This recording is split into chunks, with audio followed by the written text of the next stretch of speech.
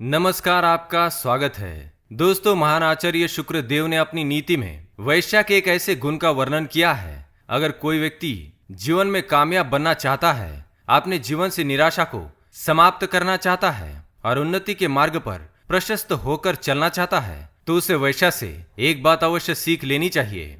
दोस्तों, महान आचार्य शुक्रदेव ने अपनी नीति में पुरुष एवं स्त्री के कई लक्षणों के बारे में बताया है। शुक्रदेव के अनुसार बुद्धिमान पुरुष विरले ही होते हैं, परंतु संसार में मूर्खों की भरमार है। मूर्ख पुरुष स्वयं को ही महाज्ञानी समझकर विचरता है, तो इसके उलट एक बुद्धिमान व्यक्ति कभी दूसरों को तुच्छ नहीं समझता, वह सभी का आदर सत्कार करने वाला होता है। शुक्रदेव ने स्त्रियों के भी कई प्रकार के लक्षण बताए हैं। एक दुष्ट, चरित्रहीन तथा निर्दयी स्त्री कैसी होती है और चरित्रवान, सर्वगुण संपन्न और दयालु स्त्री कैसी होती है, हम उनके आचरण से उनके स्वभाव का पता लगा सकते हैं और उनसे सावधान रह सकते हैं। इसके साथ ही शुक्रदेव ने मनुष्य को जीवन में उन्नति करने के लिए कई प्रकार के उपाय बताए हैं। उन्होंने पुरुषों को अपने दुर्गुणों का त्याग करके सत्व गुणों का धारण कर संसार के कल्याण के लिए कार्य करने के लिए प्रेरित किया है। शुक्रदेव कहते हैं कि मनुष्य चाहे दुष्ट हो या भला, मूर्ख हो या पापी, सभी से कुछ न कुछ सीखा जा सकता है।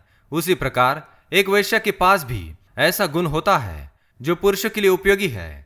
यदि कोई पुरुष जीवन में उन्नति करना चाहता है, तो वह वैश्या से एक बात अवश्य सीख ले।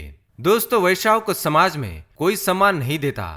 प्राचीन काल से ही समाज वैश्याओं को तुच्छ श्रेणी में रखता आया है। उन्हें कभी भी सम्मान की नजर से नहीं देखा गया। न ही उसकी संतान को और न ही उसके द्वार पर जाने वाले पुरुष को किसी प्रकार का सम्मान प्राप्त होता है। वैश्या का स्थान पाप कर्मों से भरा हुआ होता है। इसके साथ ही अगर कोई स्त्री पति के होते हुए भी अन्य पुरुषों के साथ संबंध रखती है, तो उसे भी व्यभिचारिणी कहा जाता है। शुक्रदेव के अनुसार ऋणकर्ता पिता शत्रु, शत्रु न माता च व्यभिचारिणी, अर्थात कर्ज और ब्याज लेकर जीवन व्यतीत करने वाला पिता शत्रु होता है, वही व्यभिचार करने वाली माता भी शत्रु है, क्योंकि इनके पाप कर्मों की सजा उनके संतानों को मिलती है। ऐसे माता पिता के कारण उनके पुत्र अपना संपूर्ण जीवन अपमान एवं कष्ट में ही बिताते हैं। तो आइए दोस्तों, जान लेते हैं शुक्रदेव ने एक पुरुष को वैश्या से क्या सीखने के लिए कहा है। शुक्रदेव कहते हैं, तदर्थम गृहीत्वापि तदधीनान जायते वैश्या तथा विधावापि वशीकर्तुम नरम क्षमा नेयत कस्य वशम तद्वत् स्वाधीनम कार्य ये जगत। इस श्लोक में शुक्राचार्य ने वैश्या के एक बहुत ही महत्वपूर्ण गुण का वर्णन किया है।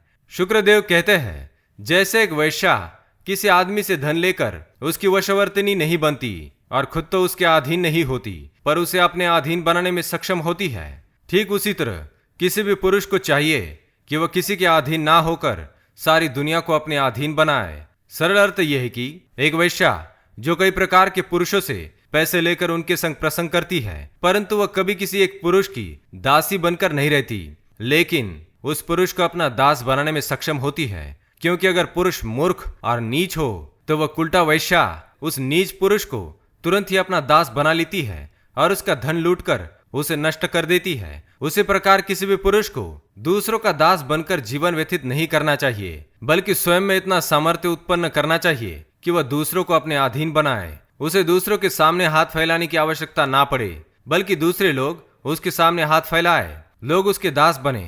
दूसरों का दास बनकर जीवन जीना नीचता है। ऐसे पुरुष कभी उन्नति नहीं कर पाते। तो दोस्तों, ये थी वह महत्वपूर्ण बात जो एक वैश्या से हम सीख सकते हैं। शुक्रदेव की यह नीति आपको कैसी लगी, हमें कमेंट में अवश्य बताएं। वीडियो पसंद आए तो लाइक करें, दोस्तों के साथ शेयर करें, साथ ही चैनल को सब्सक्राइब करें। धन्यवाद।